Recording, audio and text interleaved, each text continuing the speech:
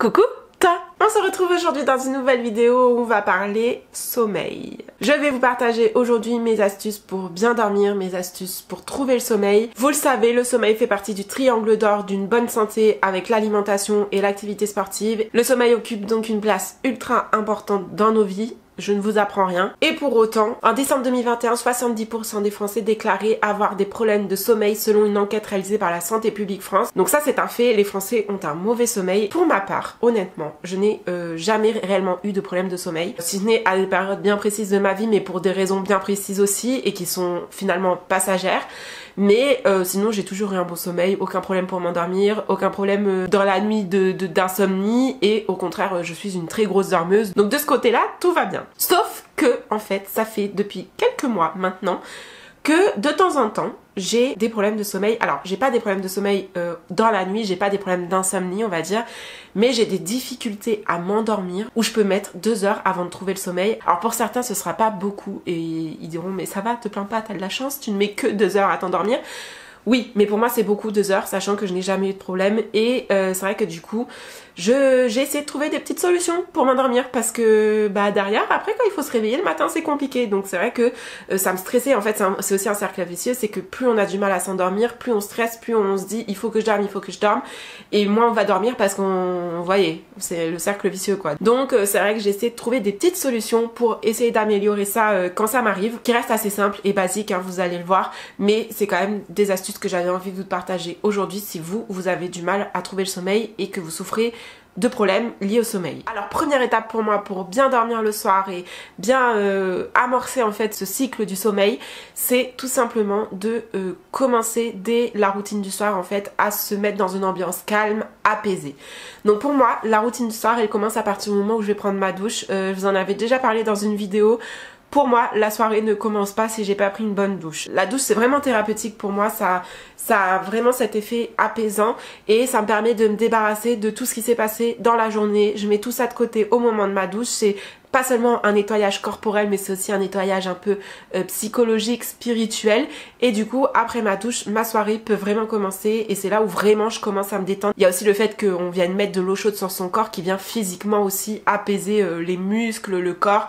Donc vraiment pour moi la douche du soir elle est indispensable pour vraiment bien commencer ma routine et amorcer le cycle du sommeil. Dans cette routine du soir il y a aussi le fait de se mettre en pyjama et de calmer le rythme de la journée qui parfois peut être un peu intense. Le fait de calmer le rythme et de se mettre en pyjama aussi amorce dans ma tête, dans mon cerveau, cette idée que ça y est, là je peux me détendre, la journée est passée et que je vais pouvoir paisiblement aller me coucher et m'endormir. Donc voilà, par exemple, vous pouvez aussi tamiser la lumière, ça permet aussi de calmer le rythme et de se détendre. Vous pouvez diffuser du parfum apaisant, des huiles essentielles. Voilà, il faut vraiment que vous ayez une routine qui soit la même limite tous les soirs. Alors pas à l'heure près, à la minute près, ni au geste près, mais vraiment il faut qu'il y ait une... C'est comme un bébé en fait, un bébé pour qu'il puisse s'endormir, il a besoin d'une routine bien précise. Et ben finalement, je sais pas pourquoi, mais en grandissant, on perd un peu cette idée de routine le soir ou même dans la journée, alors que finalement on en a besoin pour que notre corps aussi sache ce qu'il doit faire et puisse s'adapter à chaque moment de la journée. En fait c'est comme des petits déclencheurs, des petits signaux d'alerte pour votre corps, comme quoi c'est bon, il peut s'apaiser et que la nuit va arriver et donc il faut se mettre en mode sommeil. Deuxième étape pour moi pour trouver le sommeil, et ça vous pouvez le faire alors avant sans même avoir d'insomnie ou quoi, mais vous pouvez aussi le faire pendant votre insomnie et au moment où vous essayez de trouver le sommeil, c'est tout simplement la cohérence cardiaque ou la respiration, tout bêtement. Mais je vous en ai fait une vidéo, ça aussi, je vous la mets dans le petit, où je vous explique vraiment en détail la cohérence cardiaque, comment la pratiquer. Le fait vraiment d'avoir une respiration profonde, de prendre le temps de respirer, de prendre des grandes inspirations, des grandes expirations, ça va apaiser le rythme cardiaque et du coup forcément vous allez être plus détendu, ça va vous libérer un peu l'esprit aussi et derrière vous allez pouvoir trouver le sommeil plus facilement. Moi je vois une différence quand je le fais parce que souvent la raison pour laquelle je n'arrive pas à m'endormir c'est parce que ça cogite un peu là-haut et du coup bah juste le fait de respirer, on va se concentrer sur autre chose que ses pensées et du coup ça va engendrer le cycle du sommeil. Et plus sur le long terme, le fait de pratiquer la cohérence cardiaque à proprement parler, ça va vous permettre d'être moins stressé au quotidien, d'être plus détendu, d'être plus apaisé et du coup d'avoir moins de problèmes de sommeil, parce que souvent, encore une fois, les problèmes de sommeil c'est lié à des pensées négatives, des pensées un peu obsessionnelles qui viennent nous pourrir un peu l'esprit, et pour ça la cohérence cardiaque c'est super, parce que vraiment ça va vous permettre de vivre tout plus sereinement et donc d'être plus serein au moment du coucher aussi. Troisième astuce qui va un peu avec la cohérence cardiaque, c'est tout simplement la méditation. Alors vous n'êtes pas obligé de faire de la méditation au quotidien pour que ça aille bien. Moi honnêtement je fais de la méditation que quand j'en ressens vraiment le besoin, donc c'est pas non plus très régulièrement,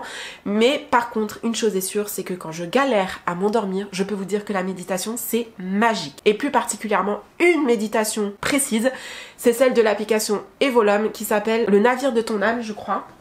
Attendez, je vais vérifier. Oui, c'est ça, c'est le navire de l'âme. C'est une méditation d'environ 40 minutes, je crois, voire même peut-être un peu plus, je sais plus. Mais cette méditation, elle est magique sur moi. Je l'ai beaucoup utilisée à une période où je galérais tous les soirs à m'endormir. Je m'endormais pas avant 2 h du matin. Et à chaque fois, je mettais cette méditation et ça m'apaisait. C'était magique, en fait. Ça, en 5 minutes, je dormais. Enfin, peut-être pas en 5 minutes, mais en 10 minutes, un quart d'heure, je m'endormais. J'allais jamais au bout de la méditation parce que je m'endormais avant. Donc, c'est pour vous dire à quel point c'est efficace. En fait, c'est tout simplement une méditation qui commence d'abord par de la respiration. Comme je vous ai dit avant, pour moi c'est indispensable la respiration aussi, et qui ensuite va sur une visualisation. Donc vous devez vous visualiser sur un bateau et en fait ce bateau vous amène vers le pays des rêves, voilà. Donc vraiment c'est tout con hein, mais c'est vraiment magique, la voix est apaisante, la musique et tout ça vous fait voyager un peu en même temps.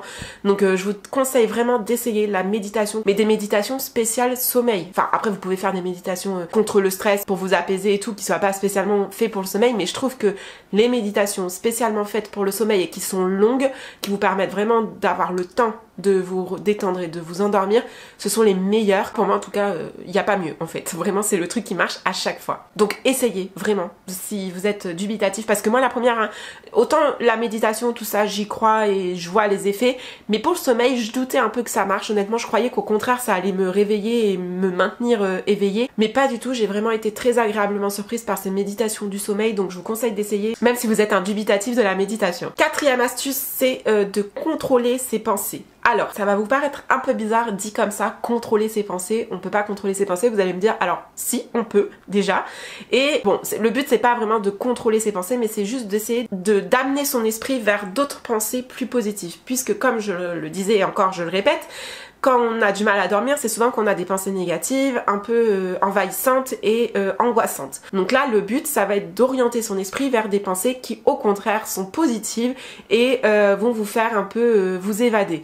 Donc ça peut être un exercice un peu compliqué à démarrer, mais une fois que vous l'avez, que vous avez le truc, je peux vous assurer que c'est aussi efficace qu'une méditation, parce que c'est un peu ça finalement, c'est un peu comme une méditation. Je vais vous donner un exemple. Moi, il se peut que j'ai du mal à m'endormir parce qu'il y a un événement le lendemain qui va me stresser, je sais pas, j'ai un rendez-vous qui va me stresser, une réunion qui va me stresser, ou alors au contraire c'est plus global, le boulot qui me stresse en ce moment, donc je vais faire que penser à ça, que penser à toutes les choses que j'ai à faire, que penser à tout ce qui me stresse, voilà. Là on est dans la phase négative de la pensée et donc qui nous empêche de dormir. Pour contrer ces pensées-là négatives, je vais dire à mon cerveau, stop, maintenant tu arrêtes de penser à tout ça et tu penses à autre chose. Et cette autre chose, donc c'est là où je dis que ça peut être un peu compliqué à se mettre dedans, c'est qu'il faut trouver cette autre chose qui va être positive. Mais par exemple, moi ça peut être penser à un voyage. Voilà, soit que j'ai déjà fait, soit que j'ai envie de faire. Je vais me visualiser dans ce voyage, dans ces moments agréables, à la plage, au soleil, en train de profiter. Ou alors c'est tout con, mais je vais penser à des choses qui m'inspirent, des choses positives qui me font plaisir, qui me font ressentir de la joie, du bien-être.